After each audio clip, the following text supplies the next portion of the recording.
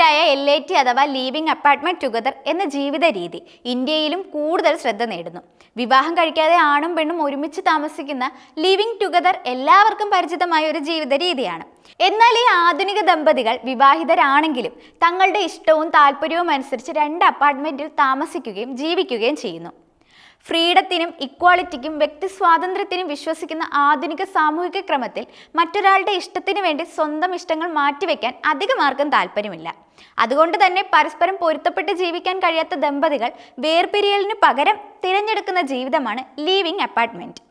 പാശ്ചാത്യ രാജ്യങ്ങളിൽ വിവാഹിതരായ ദമ്പതികൾക്കിടയിൽ വളർന്നു വരുന്ന ഈ പ്രവണത ഇന്ത്യയിലും ശക്തമാവുകയാണ്. ജീവിതം നിലനിർത്തുന്നതിനായി ദമ്പതികൾ മനഃപൂർവ്വം സഹവാസം ഒഴിവാക്കുന്നതിനെയാണ് ഇത് സൂചിപ്പിക്കുന്നത്. ദമ്പതികൾ തമ്മിലുള്ള ആശയപ്പൊരുത്തമില്ലായ്മയിൽ ഒരാളെ മറ്റൊരാൾ സഹിച്ചു ജീവിക്കുന്നതിന് പകരം സ്വന്തം താല്പര്യങ്ങൾക്ക് അനുസൃതമായി ജീവിതം നയിക്കുകയും അതേസമയം പരസ്പരം വിവാഹിതർ എന്ന നിലയിൽ ഉത്തരവാദിത്വത്തോടെ തുടരാനും കഴിയും. ലീവിംഗ് അപ്പാർട്ട്മെന്റ് ടുഗദർ ദമ്പതികളിൽ ശാരീരിക അകലം ഒരു യാഥാർത്ഥ്യമാണ്. എന്നാൽ അവർ പ്രണയപരമായും വൈകാരികമായും പരസ്പരം പ്രതിബദ്ധത പുലർത്തുന്നു. ദമ്പതികൾ ഒരുമിച്ച് ജീവിക്കണമെന്ന് നിർദ്ദേശിക്കുന്ന പരമ്പരാഗത മാനദണ്ഡത്തെ LAT വെല്ലുവിളിക്കുന്നു.